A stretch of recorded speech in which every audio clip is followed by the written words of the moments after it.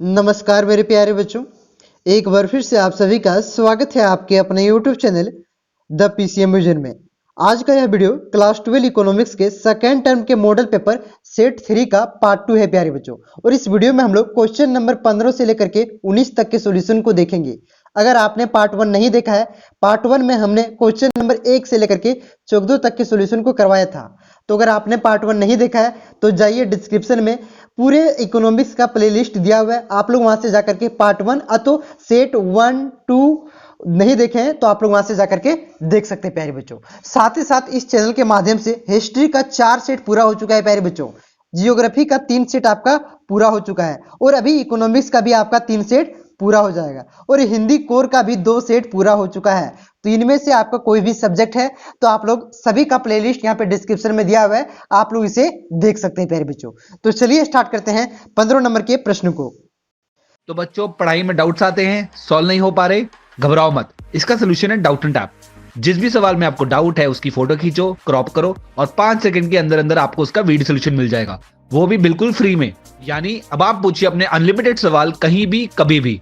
अब चाहे आपका सवाल क्लास 6 से 12वीं IIT JEE या नीट का हो या फिर CBSE यूपी बिहार राजस्थान या अन्य स्टेट बोर्ड का हो, कोई भी सब्जेक्ट हो, physics chemistry maths biology science, आपके सभी सवालों के जवाब आपको मिलेंगे सिर्फ डाउटनेट ऐप पर।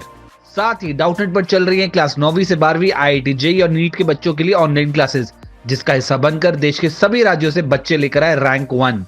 तो आज ही डाउटनेट ऐप इंस्टॉल करो, अपने सभी डाउट्स भगाओ और टॉप रैंक ले आओ। 15 नंबर का प्रश्न है प्यारे बच्चों, निम्नलिखित को परिभाषित कीजिए। तो देखिए पहला किसको परिभाषित करना है, सकल घरेलू उत्पाद को, ठीक ना। तो देखिए एक लेखा वर्ष यानी कि 1 अप्रैल से लेकर के 31 मार्च तक, लेखा वर्ष या तो वित्तीय वर्ष दोनों एक ही है और कब से तक चलता है, 1 अप्रैल से लेकर के 31 मार्च तक चलता है। मैं किसी देश की घरेलू सीमा के अंदर सभी उत्पादकों द्वारा जितनी भी अंतिम वस्तुओं एवं सेवाओं का उत्पादन होता है उनकी बाजार कीमत के जोड़ को बाजार कीमत पर सकल घरेलू उत्पाद कहते हैं, यानी कि GDP एट मार्केट प्राइस, ठीक ना, कहा जाता है। इसमें केवल देश की घरेलू सीमाओं में उत्पादित अंतिम वस्तुओं एवं सेवाओं के बाजार मूल्य को ही शामिल किया जाता है। तो आप लोग समझिए कि GDP किसको कहते हैं, ठीक ना। किसी देश की, मान लेते हैं ये एक देश है, ठीक ना, तो ये सीमा उसका हो गया। इस सीमा के अंतर्गत जितनी भी सेवाओं और अंतिम वस्तुओं का उत्पादन किया जा रहा है प्यारे बच्चों, उनके बाजार में जो दाम होगा उन सभी दाम को अगर हम लोग जोड़ देंगे उसे ही क्या कहेंगे, GDP कहेंगे, ठीक ना। तो ऐसा नहीं, वहां पे नागरिक पे आपको नहीं जाना है, सीमा पे जाना है। अगर कोई मान के चलते कोई अमेरिका का व्यक्ति है, ठीक ना, कंपनी है और यहाँ पे क्या करता है, वस्तुओं का हमारे भारत में उत्पादन करता है, तो वह वस्तुओं का जो कीमत है प्यारे बच्चों वह किस देश की GDP में जुड़ेगा, तो वह उस देश भारत की GDP में जुड़ेगा, ठीक ना। जिस देश का है उस पर नहीं जाना, जिस देश में उत्पादन हो रहा है उस देश में यह GDP जुड़ेगा। क्लियर है आप लोग वहां पे।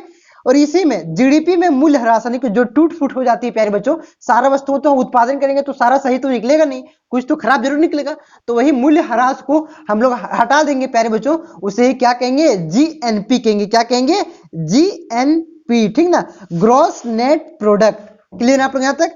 उसके बाद देखिए दूसरा में क्या आपको परिभाषित करना है, मूल्य ह्रास को परिभाषित करना है, ठीक ना। तो देखिए उत्पादन कार्य में प्रयोग किए जाने वाले पूंजीगत यंत्र धीरे धीरे घिसते रहते हैं, यानी मशीनों का कुछ भाग नष्ट या क्षय होते रहते हैं, इसलिए सकल राष्ट्रीय उत्पादन का कुछ भाग व्यय हो जाता है, जिसे घिसावट व्यय मूल्य ह्रास कहते हैं प्यारे बच्चों। मान के चलते हैं कोई भी आप मोबाइल का यूज कर रहे हैं, तो देखिए मोबाइल पहले आपको फुल में से कोई भी मोबाइल 1 दिन बैटरी बैकअप देता होगा, 1 दिन बैटरी चलता होगा, अब धीरे धीरे जितना पुराना होते जाएगा प्यारे बच्चों वो थोड़ा कम बैटरी बैकअप देता होगा। पहले 12 घंटा देता था, अब 10 घंटा देगा और कुछ दिन होते होते 9-8 घंटा, इसी तरह से एक बार खराब हो जाएगा।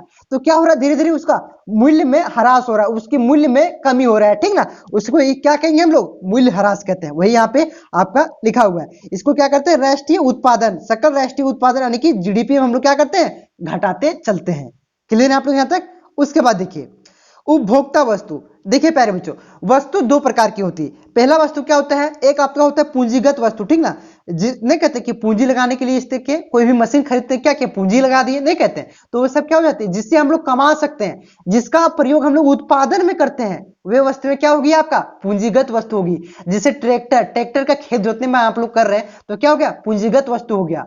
जितनी भी गाड़ियां होगी, कोई भी फैक्ट्री का मशीन हो गया, ये सब क्या हो गया आपका पूंजीगत वस्तु हो गया, ठीक ना। तो देखिए यहाँ पे, और दूसरा अब आता है उपभोक्ता वस्तु। देखिए आप पूंजीगत वस्तु का आप लोग डिफिनेशन खुद लिख लीजिएगा।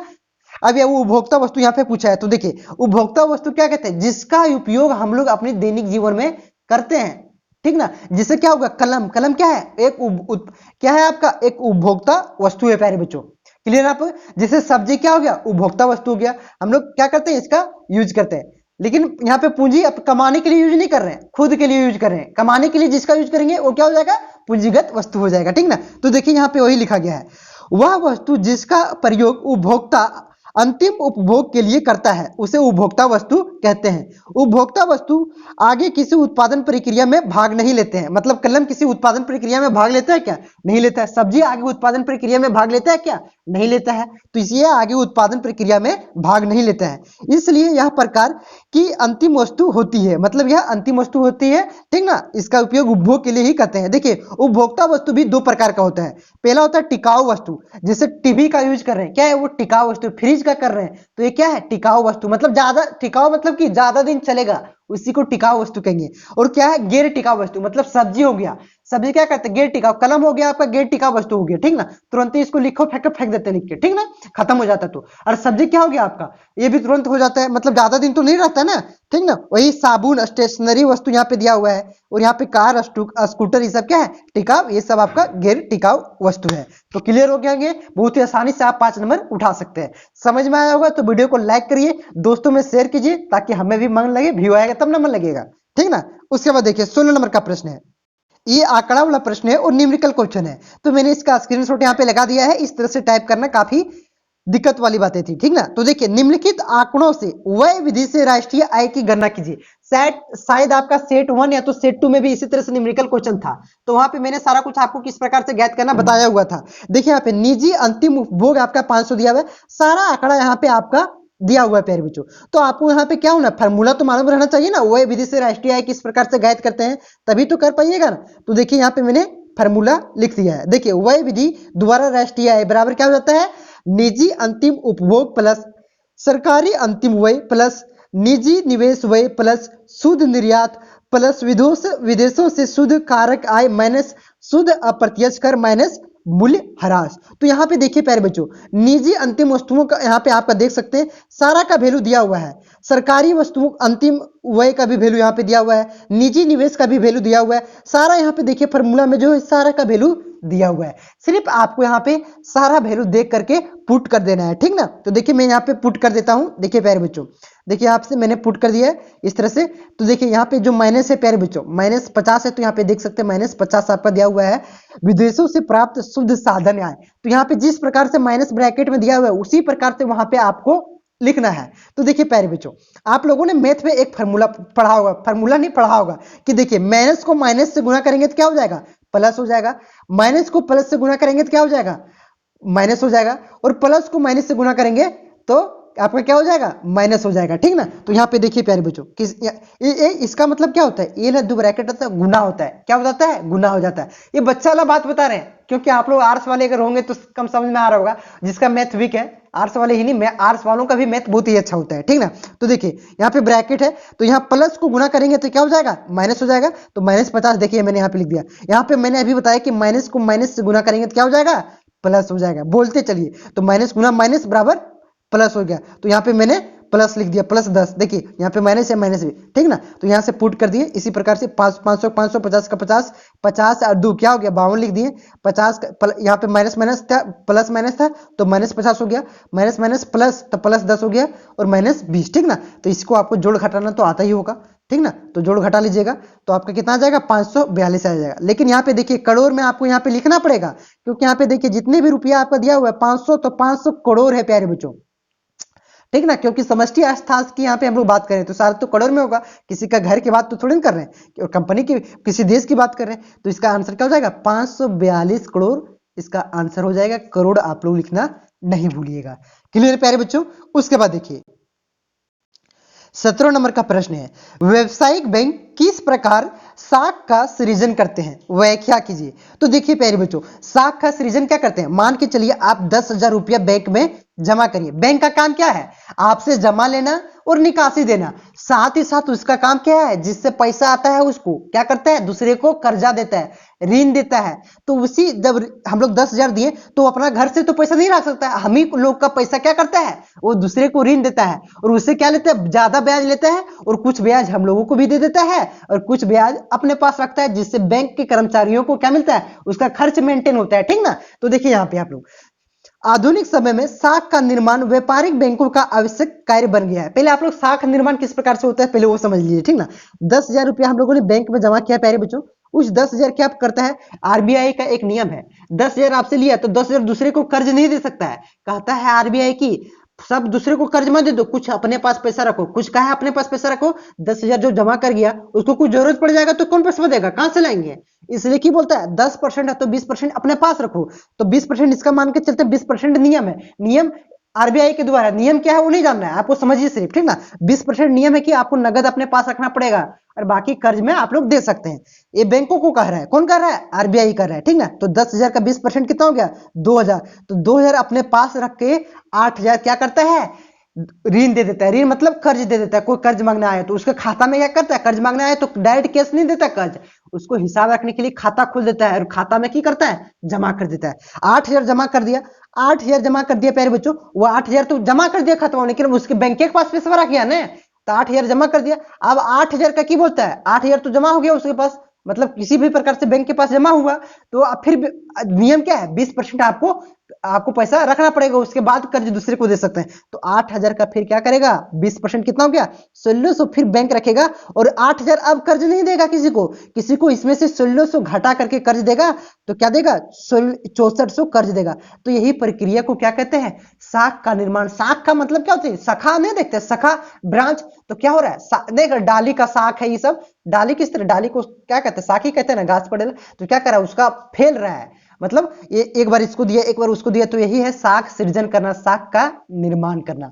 तो अब इसमें क्या लिखा हुआ है वो हम लोग देखते हैं, समझ में आ गया होगा आप लोगों को। देखिए आधुनिक समय में साख का निर्माण व्यापारिक बैंकों का आवश्यक कार्य बन गया है, अर्थात वर्तमान में व्यापारिक बैंक मुद्रा का केवल लेन देन नहीं बल्कि साथ ही इसका निर्माण भी, साख यहाँ पे होगा, साख छूट गया, ठीक है, साख का निर्माण भी करते हैं। देखिए पहले बच्चों, साख निर्माण की प्रक्रिया क्या होती है, प्राथमिक जमाएं किसे कहते हैं, जो आप 10,000 जमा करते हैं प्यारे बच्चों, आप जो और हम जो जमा कर रहे हैं बैंक में, कि हम लोग बिना कर्जा लिए जमा कर रहे हैं, ठीक ना, 10,000 जमा जो भी बताएं कर रहे हैं, वही हो गया आपका, क्या हो गया, प्राथमिक जमा हो गया प्यारे बच्चों।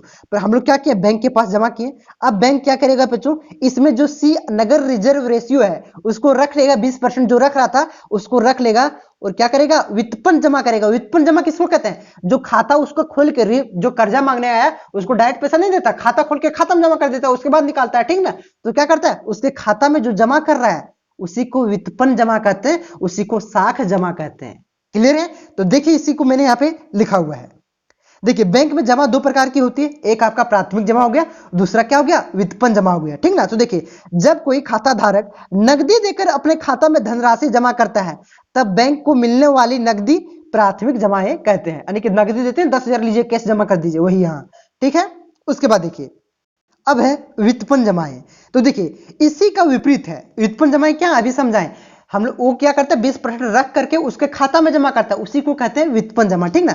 जब बैंक किसी व्यक्ति को ऋण देता है तब वह बैंक अपने ही बैंक में ऋण देने वाला व्यक्ति के खाते में उस ऋण राशि को डाल देता है, जो कर्ज लेता है उसी को खाते में डाल देता है, तब उसके खाते की जमाएं व्युत्पन्न जमाएं कहते हैं। जो वो जमा किया, बैंक जमा किया उसके खाते में, वही जमा को क्या कहते हैं, व्युत्पन्न जमा कहते हैं, ठीक ना। अतः व्युत्पन्न जमाएं प्राथमिक जमा का ही परिणाम होता है। कैसे परिणाम होता है, हम जमा किए तभी ना वो जमा किया बैंक का उसके खतवा में, तो उसी का परिणाम हुआ ना। जिस शाखा जमाएं भी जिसे साख जमाएं भी कहते हैं, ठीक ना। यही साख का निर्माण करते हैं। मैंने बताया आपको कि एक बार इस पे इसके खाते में जमा किया, इसका खाता ला फिर इसको खाते में रख करके जमा कर दिया, और यह प्रक्रिया चलते रहता है, यह प्रक्रिया चलते रहता है जब तक कि व्युत्पन्न जमाएं देखिए 20% कम करते करते जाएंगे तो एक समय ऐसा आ जाएगा कि 0 हो जाएगा, ठीक ना। 20% आगे आपको मैंने फिगर बनाया हुआ प्यारे बच्चों, वहां और समझ में आ जाएगा। जब तक ये चलते रहेगा, जब तक यह शून्य ना हो जाए, ठीक ना। देखिए इस प्रकार बैंक जितना अधिक ऋण देता है उतनी अधिक साख का निर्माण होता है, मतलब उतनी अधिक लोग जुड़ पाते हैं, ठीक ना। शाखा का मतलब हो गया डालियां, उतनी ज्यादा डालियां बन पाता है, ठीक ना। ये पेड़ हो गया इस तरह, इससे भी रिलेशन हो गया, इससे भी हो गया, इससे भी हो गया, ठीक ना। शाख का मतलब क्या होता है, डालियां ही एक तरह से समझ लीजिए, ठीक ना, निर्माण होता है। और उतने ही क्या होता है, अन्य ऋण जमा उत्पन्न करने में होती है, ठीक है। देखिए प्यारे बच्चों, आप लोगों ने समझ लिया। आप लोग यहाँ पे देखिए, कोई व्यक्ति है ये, ठीक ना, ये व्यक्ति है 10,000 रुपया जमा किया। क्या नियम है कि 20% बैंक को अपने पास रखने पड़ेगा। 20% का यहाँ पे देखिए 20% का कितना हो गया, ये 10,000 का 20% 2,000 हो गया। और 8,000 क्या क्या, वह किसी कोई ऋण मांगने आया तो 8,000 क्या किया, वह किसी के बैंक में यहाँ पे व्युत्पन्न जमा कर दिया, व्युत्पन्न जमा ऋण जमा कर दिया, ठीक ना। अब क्या करता है वो बैंक का उसको पैसा नहीं दिया है, जमा कर दिया है, ठीक ना, जमा कर दिया है। तो पैसा तो बैंक के पास है, वो क्या किया, जमा कर दिया। तो क्या करेगा, फिर वही पैसा बैंक के पास है प्यारे बच्चों, तो उसका फिर अब क्या करेगा, 20% रखेगा। नियम है 20% रखेगा। और वही कोई तीसरा आदमी यही क्या हो गया, जो व्युत्पन्न जमा है वो क्या किया, दूसरे के लिए क्या हो गया, प्राथमिक जमा हो गया, ठीक ना। तो उसको क्या किया, 8,000 रुपया है। अब कोई तीसरा आदमी ऋण मांगना है या बी आदमी आया, तो बी आदमी जब क्या है 20% नियम है, 20% रख लेगा। 20% कितना हो गया, 1,600 हो गया, 1,600 रख लेगा प्यारे बच्चों। और तीसरा आदमी को क्या देगा, 6400 रुपया ऋण दे देगा। देखिए 6400 रुपया, अब 6400 रुपया उसके खाते में जमा कर दिया। अब 6400 रुपया में क्या करेगा, अब कोई चौथा आदमी आ गया मांगने के लिए, तब 6400 रुपया का 20% फिर रख लेगा। अब 20% कम करके 20% कम करेंगे तो कितना होगा, 1280 रुपया कम कर लेंगे, और 5120 रुपया फिर उस आदमी के खाते में जमा कर देंगे। फिर 5120 रुपया का कोई ऋण मांगने आया तो 5120 रुपया का फिर 20% रखेंगे, 20% रखेंगे, और जो होगा फिर उसके बाद उसके खाता में 20% कम करके जमा कर देंगे। सोचिए 10,000 से कितना कारोबार कर लिया, 10,000 से कितना आदमी से कारोबार कर लिया, ठीक ना, कितना कारोबार कर लिया आप लोग देख सकते हैं, 50,000 का कारोबार कर लिया। आप लोग देखिएगा यहाँ 0 जब हो जाएगा ना, इसको बढ़ाते चलिएगा, यहाँ फिर 20% कम करना, फिर यहाँ पे जितना होगा फिर उसका 20% कम करना, फिर 20% कम करना। देखना जहां यहाँ 0 आ जाएगा, एक समय ऐसा आएगा कि यहाँ पे 0 आ जाएगा। तो ऐसा कब तक चलेगा, यहाँ पे 10 बार इस तरह से चलेगा, ठीक ना। और ऐसा कब तक होगा, जब तक कि 50,000 का कारोबार हो जाए, ठीक ना। और ये एक का कितना होगा, कितना वो ऋण कितना कमाया, देखिए वो ऋण कितना कमाया, सॉरी उसके पास कितना जमा हुआ, 10,000 उसके पास बैंक के पास ही जमा रह गया, और वह 40,000 का ऋण दे दिया, दो लोगों को दे देता है, ठीक ना। तो क्लियर हो गए। देखिए अधिक नगद कोष अनुपात CRR, मैंने बताया कि CRR कितना परसेंट होता है, 20% होता है, ठीक ना। ये RBI का रूल है कि 20% आपको रखना पड़ेगा।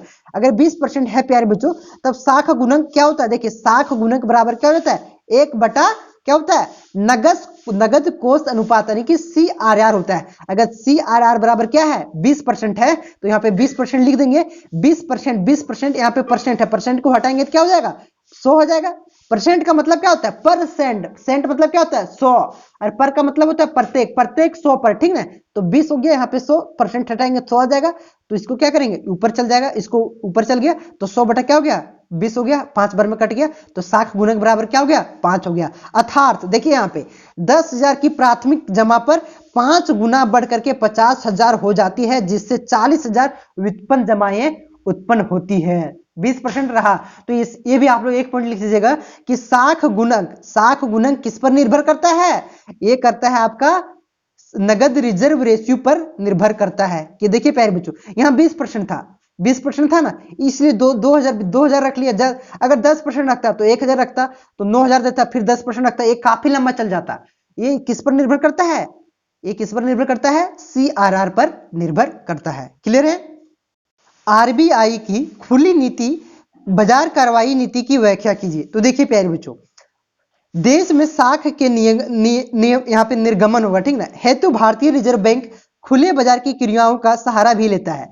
खुले बाजार की क्रियाओं का तात्पर्य है केंद्रीय बाजार द्वारा मुद्रा बाजार के ग्राही परिभूतियों के क्रय विक्रय, यहाँ पे क्रय विक्रय से है। अन्य शब्दों में खुले बाजार की क्रियाओं से तात्पर्य खुले बाजार में सरकारी प्रतिभूतियों तथा प्रथम श्रेणी के बिलों की प्रतिज्ञा पत्रों आदि की क्रय विक्रय से है। ऐसी अर्थव्यवस्था जिनमें सुविकसित मुद्रा बाजार विद्यमान है, केंद्रीय बैंक खुले बाजार की क्रियाओं का प्रयोग वाणिज्य बैंक के पास नगद आरक्षण को प्रभावित करने के लिए करते हैं। रिजर्व बैंक ऑफ इंडिया अधिनियम धारा 17 के अनुसार रिजर्व बैंक का यह अधिकार प्राप्त है कि क्या प्राप्त है? वह सरकारी व अर्ध सरकारी संस्थाओं द्वारा जारी की गई प्रतिभूतियों की क्रय विक्रय के अतिरिक्त वैसे व्यापारियों की वह प्रतिज्ञा पत्रों की खरीद व बेच करे अबट्टा कर सकता है। मतलब ये आरबीआई कर सकता है, जिसका भुगतान 90 दिनों के भीतर भारत में होने वाला तथा जिन पर कम से कम 2 प्रतिष्ठानों का हस्ताक्षर इनमें से एक अनुसूचित अथवा सरकारी बैंक का होना चाहिए। ठीक ना। रिजर्व बैंक 15 माह की अवधि के लिए गए कृषक बिलों को भी खरीद या बेच व पुनः भुना सकता है। ठीक ना। तो देखिए, भारत में रिजर्व बैंक की मुद्रा बाजार की प्रतिभूतियों की क्रय विक्रय करने वाली संबंधित क्रियाएं मुख्यतः सरकारी बॉन्डों की क्रय विक्रय से संबंधित है। सरकारी बॉन्ड क्या हो गया? शेयर। बॉन्ड का मतलब क्या होगा? नहीं सुना होगा कि आज शेयर कम हो गया, बेसी हो गया, वही यहाँ पे उसी का बात हो रहा है। ठीक ना। देखिए, वर्ष 1951 में भारतीय रिजर्व बैंक को असीमित मात्रा में सरकारी प्रतिभूतियों को बेच करके नकदी प्राप्त कर लेते थे। मतलब सरकारी प्रतिभूतियां क्या हुए? जो शेयर होती सरकार का, ठीक ना, उसको बेच करके जिसके आधार पर साख का प्रसार कर लेता था। इसी काल में रिजर्व बैंक की खुले बाजार की क्रियाओं का उद्देश्य साख की मुद्रा वितरण के लिए बैंक की नकदी आवश्यकताओं की पूर्ति करने के लिए ऋण पात्रों का क्रय, यहाँ पे करप लिखा गया, ठीक ना, क्रय करना था। नवंबर 1951 में रिजर्व बैंक ऑफ इंडिया के उदारता पूर्वक प्रतिभूतियों की खरीदने की नीतियों में परिवर्तन कर दिया तथा यह घोषणा की कि बैंकों की सामयिक आवश्यकताओं की पूर्ति के लिए रिजर्व बैंक ऑफ इंडिया ने प्रतिभूतियों की खरीदेगा नहीं, बल्कि इसके आधार पर ऋण देगा। खरीदेगा नहीं मतलब क्या करेगा? ऋण देगा। यह नीति 1956 तक परिचालित रहा था। इसके बारे में आपको इतना लिख देना है, आपको 5 नंबर मिल जाएगा। किस प्रकार से आरबीआई की खुली, यहाँ पे उसकी नीति क्या है, 1951 में जो नीति आई हुई थी वो किस प्रकार की थी, उसी के बारे में यहाँ पे क्या है, मतलब खुली बाजार की कार्रवाई नीति यहाँ पे क्या है उसके बारे में आपको लिखना है।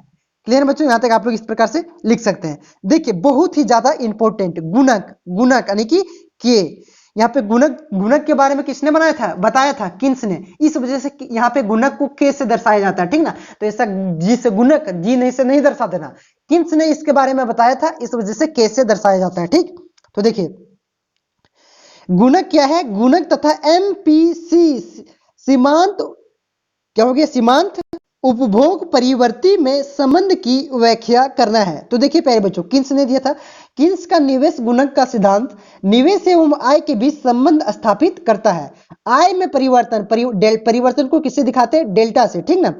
आय में परिवर्तन एवं निवेश में परिवर्तन, ठीक ना, यहाँ पे आई होगा, ठीक ना, एम लिखा गया है, आई होगा।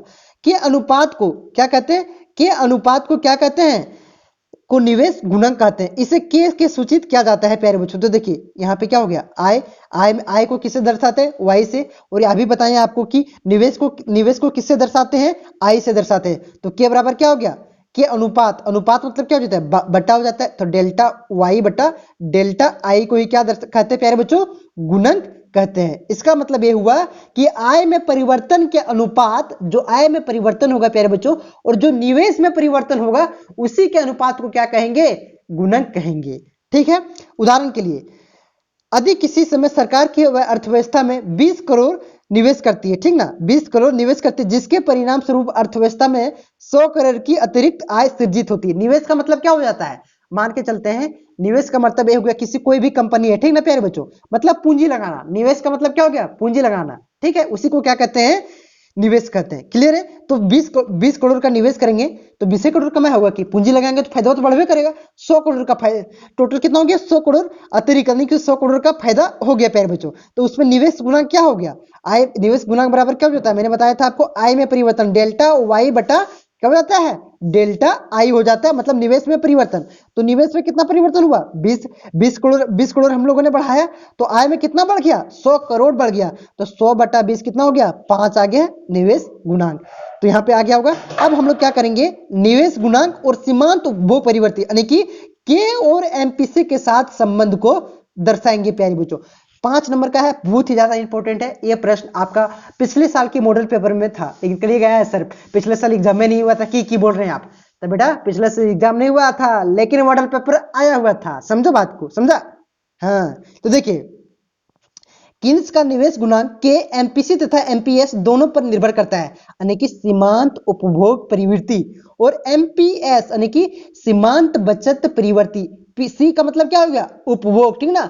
और आपका क्या हो गया? एस का मतलब बचत हो गया, ठीक ना। क्या हो गया? बचत हो गया। क्लियर है? तो देखिए प्यारे बच्चों, हम लोगों ने पढ़ा था दोनों पर निर्भर करते करेगा, ये करेगा। एक पर अगर कोई निर्भर कर रहा है तो दोनों पर निर्भर करेगा, क्योंकि हम लोगों ने पढ़ा था बच्चों कि बचत और क्या हो जाता है? बचत और उपभोग बराबर क्या होता है? एक हो जाता है, यानी कि एमपीसी प्लस, यहाँ पे अच्छा से लिख देते हैं, एम पी प्लस एमपीएस, ठीक, बराबर क्या होता है? एक होता है। ये हम लोगों ने पढ़ा था। यानी कि खाली एमपीएस पर डिपेंड, एमपीसी पर कोई भी डिपेंड कर रहा है कुछ भी, तो एमपीएस पर भी डिपेंड करेगा, क्योंकि दोनों बराबर एक होता है। दोनों का संबंध है प्यारे बच्चों, दोनों का संबंध क्या है? दोनों जुड़ जाएगा तो एक के बराबर हो जाएगा, ठीक ना। क्लियर है? तो देखिए यहाँ पे एमपीसी पर दोनों पर निर्भर करता है। पहली स्थिति में, जब पहला स्थिति में हम लोग क्या देखेंगे, जब एमपीसी पर किस प्रकार से निर्भर करता है। देखिए एमपीसी पर निर्भर किस प्रकार से करता है कि इन दोनों के एमपीसी और के बीच, यानी कि गुणक और सीमांत उपभोग परिवृत्ति के बीच सीधा संबंध या तो धनात्मक संबंध पाया जाता है। इसका मतलब हुआ कि एमपीसी बढ़ेगा तो गुणक के का मान भी बढ़ेगा, मतलब डायरेक्टली प्रोपोर्शनल है। देखिए अगर एमपीसी कितना है? 100 है प्यारे बच्चों, और इसको बढ़ा करके हम लोग 200 कर देंगे। एमपीसी 100 है और ये 5 है, ठीक ना। गुणक कितना है? 5 है। यहां से अच्छा से लिख देते हैं, एमपीसी 100 है और गुणक कितना है? 5 है, ठीक ना। तो अगर एमपीसी 200 हो गया प्यारे बच्चों, तो आपका गुणक कितना हो जाएगा? एक गुणक भी आपका 10 हो जाएगा, ठीक ना, डबल हो जाएगा। समझ गए? तो ये बढ़ेगा तो दोनों, अगर एमपीसी बढ़ा तो के भी आपका बढ़ेगा। और देखिए एमपीसी के साथ किस प्रकार से एमपीएस, अब दूसरा स्थिति में एमपीएस के साथ संबंध को दिखाते हैं। एमपीएस के साथ किस प्रकार का संबंध दर्शाता है? जब के बढ़ेगा तो क्या होगा? एमपीएस घटेगा। क्या होगा? एमपीएस घटेगा प्यारे बच्चों। क्लियर आप लोग यहां तक? तो मतलब एक बढ़ेगा तो एक घटेगा, मतलब जब गुणक बढ़ेगा तो जो आपकी बचत परिवृत्ति है प्यारे बच्चों, वो भी बचत आपका भी घटेगा। तो यही यहाँ पे आपका लिखा हुआ है कि के बराबर, यहाँ पे हम लोगों ने क्या देखा? के बराबर क्या हो जाता है? एक 1/एमपीसी हो जाता है ना। के बराबर 1/एमपीसी लिख लीजिएगा, एमपीसी, ठीक ना। तो अभी हम लोगों ने पढ़ा MPC plus MPS equal to क्या होता है? 1 होता है। तो देखिए प्यारे बच्चों, यहाँ पे हम लोग एमपीसी बराबर लिख सकते हैं, एमपीसी बराबर, यहाँ पे देखिए एमपीसी, ये प्लस में यहाँ है तो उधर क्या हो जाएगा? 1 माइनस क्या हो जाएगा? एमपीएस हो जाएगा। 1 माइनस एमपीएस हो जाएगा, होगा कि नहीं? जो यहाँ प्लस है इसको इधर खाली कर देंगे तो यहाँ प्लस इधर माइनस हो जाएगा।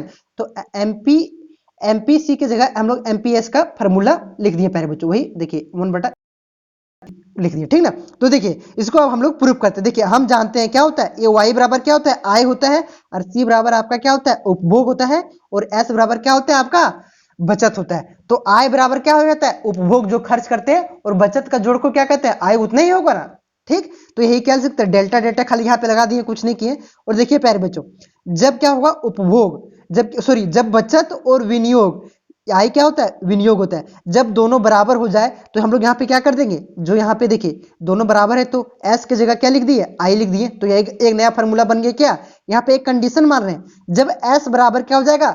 बचत बराबर आई हो जाएगा, ठीक ना। तो यहाँ पे एक कंडीशन मान ली हम लोग, यहाँ पे कंडीशन मान के एक नया फार्मूला आ गया, ठीक ना।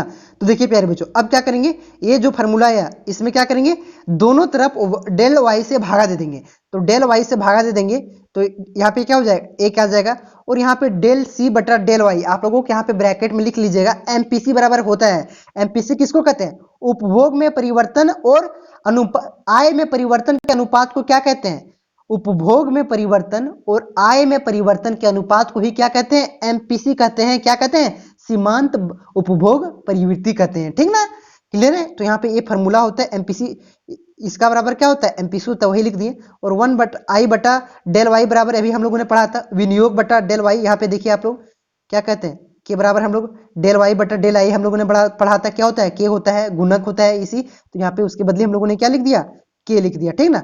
वहां पे आपका उल्टा था, डेल वाई बटा डेल आई था ना जी, डेल वाई बटा डेल वाई बटा डेल आई था। तो यहाँ पे क्या है, वहां पे क्या है, डेल आई बटा डेल आई है, डेल आई बटा डेल वाई है, उल्टा है। तो यहाँ पे उसके बराबर क्या होता था, क्या होता था, डेल वाई बटा डेल आई बराबर क्या होता था, के होता था। तो यहाँ पे देखिए उल्टा है, तो इसको भी उल्टा करके लिखना पड़ेगा, तो एक बटा के लिख दिए, ठीक ना, एक बटा के लिख दिए। और के बराबर हम लोगों ने यहाँ पे देखिए वही लिख दिए, यहाँ पे इस तरह से ब्रैकेट में के बराबर हम लोगों ने पढ़ा था। तो देखिए प्यारे बच्चों, तो क्या हो जाएगा, के वन बाय के बराबर क्या हो जाएगा, वन बाय के बराबर क्या हो जाएगा, यहाँ पे एमपीसी प्लस में तो उधर चल जाएगा, क्या हो जाएगा, वन माइनस एमपीसी हो जाएगा, ठीक ना। तो ये एक रिलेशन ये हो गया, ठीक है। और हम लोगों ने पढ़ा था वन माइनस एमपीसी बराबर क्या होता है, एमपीएस होता है। वन माइनस एमपीसी बराबर क्या होता है, एमपीएस होता है, एमपीएस होता है। तो यहाँ पे वन माइनस एमपीएस की जगह हम लोगों ने क्या रख दिया, एमपीएस रख दिया। तो ये आपका प्रूफ हो गया, ठीक है ना। तो इसी प्रकार से आप लोगों को लिख लेना है, सेट 4 कुछ देर में अपलोड हो जाएगा। तो चैनल पे नए हैं तो चैनल को सब्सक्राइब कर लीजिए, इसका पीडीएफ आपको टेलीग्राम ग्रुप में मिल जाएगा। मिलते हैं नेक्स्ट वीडियो में, तब तक के लिए धन्यवाद।